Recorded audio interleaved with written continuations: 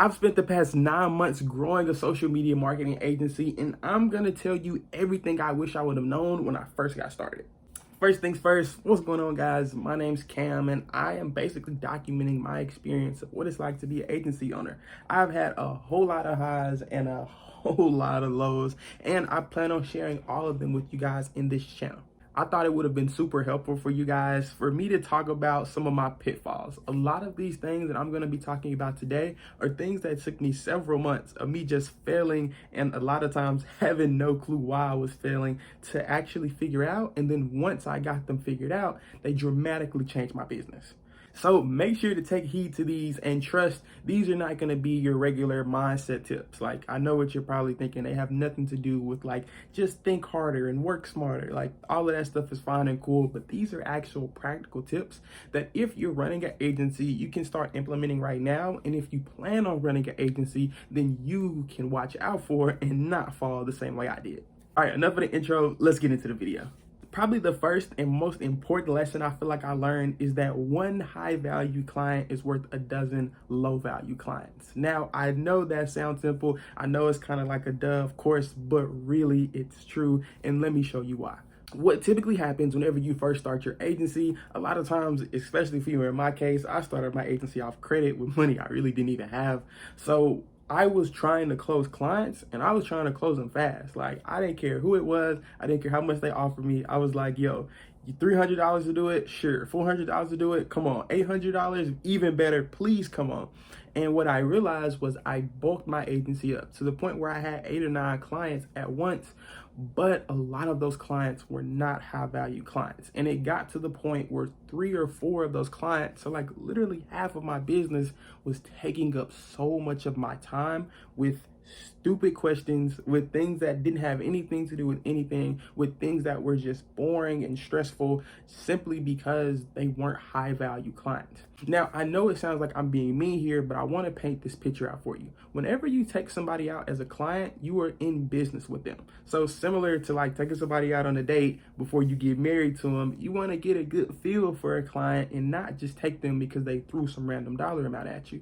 All people in the business world are not nice people. They don't all share the same and definitely not similar values. A lot of them are not patient. A lot of them are not empathetic. And just because they offer you a lot of money, as I had to find out, you shouldn't always take them as your service. But on the other hand, me just hiring one high value client that sometimes will even pay me less than those lower value clients meant so much more to my business, because I didn't have to spend every single second of every single day managing them. This is a really interesting one that I only found out a few months ago, but partnering with other agencies. I know it might sound a little weird, but some of the high value clients that I was just telling you about have honestly been other agencies that were in my niche or offered a very similar service. So what happens is, in my agency, I offer social media management services. I can do email, I can do SMS, I can do websites, I can do a whole lot of other things, but my main service is social media management. Well, let's say an example of a client that I had one time, they were a reputation brand. So they manages people's online reputation. What that means, I'm not 100% sure, but they were $1 million business. One thing that they sucked at was managing people's social media.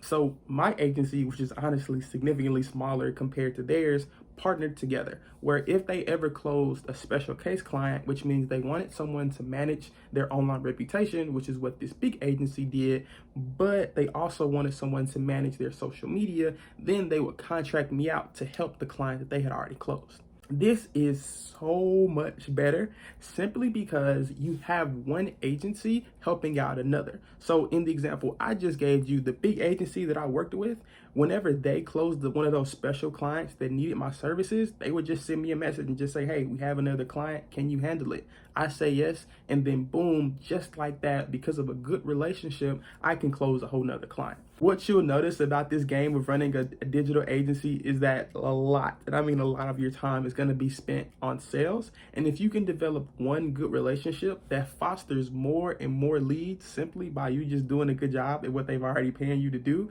then it is tremendously better for your business. And if I would have known that I can partner with agencies who offer other services outside of social media management to help make my life easier, I would have did it a long time ago. This is probably one of the most important ones. And I know I kind of just alluded to it, but you should never ever stop prospecting.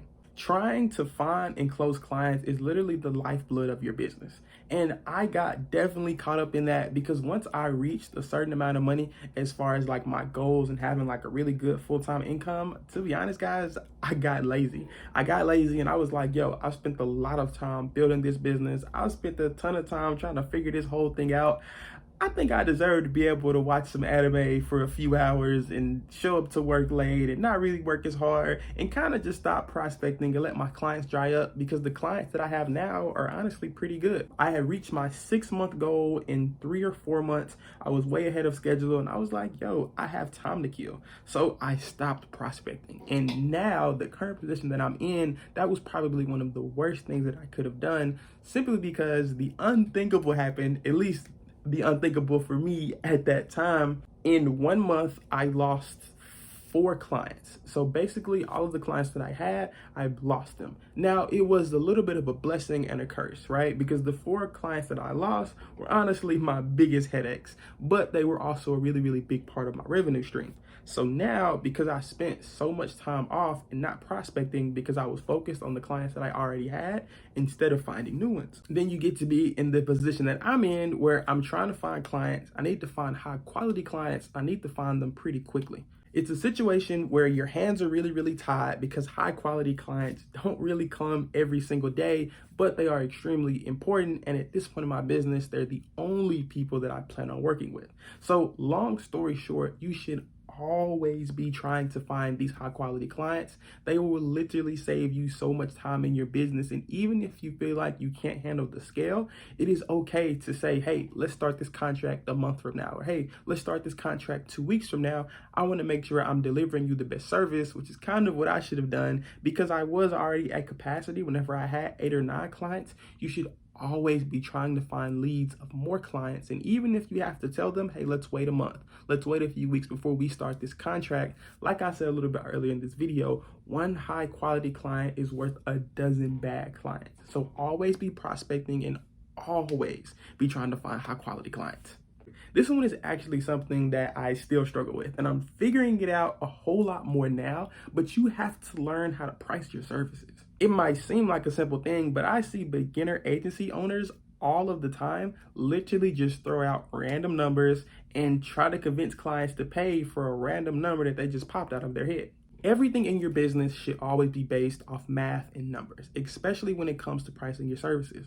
Instead of just saying some random number, you should always have a formula that you follow. And I'll give you mine as sort of a guidelines for you to start structuring yours. Let's say a client comes to me and all they want is social media management. I know that it costs me $150 per month for me to pay my contractor to come up with 30 days worth of content. Then the first thing that I do whenever it comes to shooting that client an offer is I always 4x my margin. That means with that $150, I multiply it times 4 because that's how much it costs for me to pay my contractor. And I end up with a price of $600. And that becomes my starter price for basic social media management. But everything is all based on math and time. And it's not me just pulling random numbers out of my ass. I'm really sitting down and understanding how much does it cost for me to add a new client. How much does it cost for me to already have the second cost of my business? Software costs, Canva, simple invoices, QuickBooks, literally everything that I use to run my business. And then how much should I appropriately charge for my time in order to invest in a new client? It's a really, really tricky thing. So I really hope the 4X rule helps you. It's something that I use to price myself in order to keep me happy and my clients on the top of my mind and make sure that I'm actually building a business, not necessarily a charity. The 4X rule and pricing my services is a really, really great starting point, especially when you get past client number 3 or 4 and you're really trying to figure out how to manage and juggle all of your clients. Well, guys, that's it for today's video. We covered a ton of things that I seriously wish I would have known when I first got started. There were a lot of things that I left out in this video. So if you guys liked it, I would be super duper happy to join a part 2. If you want to be a part of like a super like-minded community of social media marketers, beginner and expert, join my Discord group down below. I only launched it last week, but it's super duper important. We're building it really, really slowly, but I seriously think it will be a free value hub of people who are into social media, people who are just starting, and people who are really, really trying to figure out how they can seriously build a business on the back of social media marketing. I'm in there all the time. You should be too. Guys, thanks so much for watching this video, and until next time, peace.